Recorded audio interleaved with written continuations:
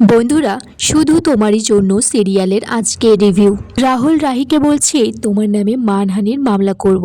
রাহি বলছে মান থাকলে তো তবে। রাহি এটাও বলছে যে কাল যা যা করেছো আমার বাড়ির সামনে গিয়ে তখনই তিতলি ফোন করেছে রাহির ফোনে, বলছে দিদি ভাই তুই কোথায়, জয়দা তোর জন্য ওয়েট করছে। রাহি তখন বলছে আমি এক্ষুনি আসছি, আর রাহুলকে বলছে যে এটাই লাস্ট ওয়ার্নিং। রাহুল রয় চৌধুরী। রাহি সেখান থেকে চলে গেলে রাহুল বলছে যে তিতলিকে ছাড়া আমি অন্য কিছু ভাবি না, আর অন্য বাইরের একটা মেয়ে এসে আমাকে যা খুশি তাই বলে চলে গেল। জন এদিকে তিতলিকে বলছে যে তার দিদি কোথায়, বলছে দিদি যতক্ষণ না আসবে চলো গাড়িতে, এ তো রোদ্দুর আছে। তখন সেখানে রাহুলের বন্ধু দেখে যে তিতলি জনের সাথে গাড়িতে উঠছে। মেমো বলছে যে ছেলেটি দেখছি কোনো ভয় ডর নেই, বৌদিকে নিয়ে গাড়িতে তুলছে। রাহি সেখানে এসেছে, জনকে বলছে যে লেট হওয়ার জন্য সরি। তিতলি তখন বলছে যে হাউ রোম্যান্টিক। জন বলছে যে সবসময় তিতলি আপনাকে লেগ ফুল করে। তিতলি তখন বলছে যে তোমরা কথা বলো, আমি একটু আইসক্রিম খেয়ে আসছি। তারপর সে বাড়িতে তার মায়ের কাছে ভিডিও কল করেছে। তার কাকিমাও বলছে যে ওদেরকে একটু দেখাতে, বলছে তিতলি ওরা তো গাড়ির মধ্যে আছে, দেখা যাবে না। গাড়ির মধ্যে জন আর রাহি বসে আছে।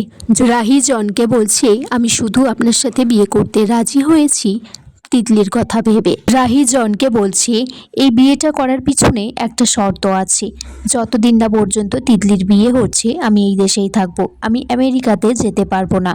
তিতলি তারপর এসেছে আইসক্রিম নিয়ে, বলছে জনদা মা বলেছে আমাদের পাড়াতে খুব বড় করে হোলি উৎসব হয়, সেখানে তোমাকে যেতে। এদিকে রাহুলদের বাড়িতে দোল খেলার আগের দিন ন্যাড়া পোড়ানোর উৎসব আছে, সেখানে রাহুলের হাত দিয়েই প্রথম আগুন ছোঁয়ানো হয়। রাহুল তখন বলছে আমার কিছুই ভালো লাগছে না তিতলিকে ছাড়া। তার বন্ধু বলছে মেমো তিতলি বৌদি অন্য কারো হবে না, তার ব্যবস্থা আমি করে এসেছি। মেমো তখন রাহুলকে বলে দেয় যে যখন ওখান দিয়ে জন গাড়ি নিয়ে আসছিল সেখানে ওরা জনকে রাস্তার মাঝখানে খুব মেরেছে।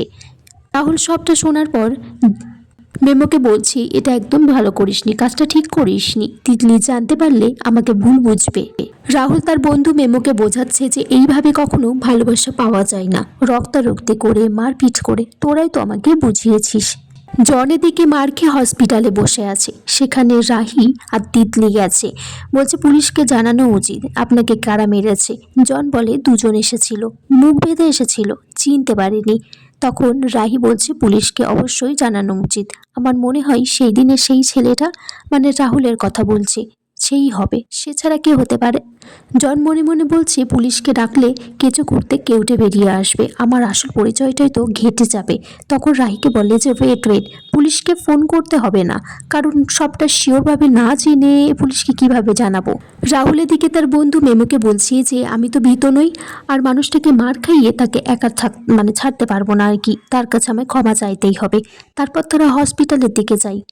রাহুল তারপর হসপিটালে এসে দেখে সেখানে জনের পাশে রাহি আছে, কিন্তু রাহির মুখটা তখনও দেখতে পায়নি। এদিকে তিতলির একটা ফোন আসাই সে বাইরে বেরিয়েছে, তিতলিকে দেখতে পেয়েছে। তিতলিকে একটা নার্স বলে যে ওষুধগুলো লেখা আছে, তখন তিতলি বলে যে ওষুধগুলো ভালো করে লিখে দিতে, আমারও তো নাম মনে থাকে না, আর ভিতরে আমার দিদি ভাইকে ভালো করে জানিয়ে দিতে। রাহুল তো সেটা শুনে ফেলে, তারপর তাকিয়ে দেখে যে সেই মেয়েটি মানে রাহি। তখন তার কাছে পরিষ্কার হয়ে যায় যে তিতলির দিদি রাহি। রাহুল সবটা শোনার পর অবাক হয়ে যায়, তার বন্ধু মেমোকে বলছে যে ভাই এই মেয়েটা তিতলিকে দিদি ভাই বলে ডাকলো, তিতলির দিদি ভাই তার মানে এই মেয়েটা। আগামী পর্বে দেখা যায় রাহুল বলছে তার মেমোকে বন্ধুকে যে আমি প্রথমে সবাই গুরুজনদের পায়ের আবির ছোঁয়াবো, তারপর তিতলির গায়ে। সেখানে হোলির উৎসবে বাতাসা ছড়ানো হচ্ছে। রাহুল তারপর ভুলবশত রাহির মুখেই আবিরটা দিয়ে দেয় প্রথমে। রাহি মুখ তুলে দেখে যে সেখানে রাহুল আছে। এখানেই আজকের পর্ব শেষ হয়ে যায় বন্ধুরা। তোমরা কমেন্টস করে জানিও কেমন লেগেছে আজকের পর্বটা।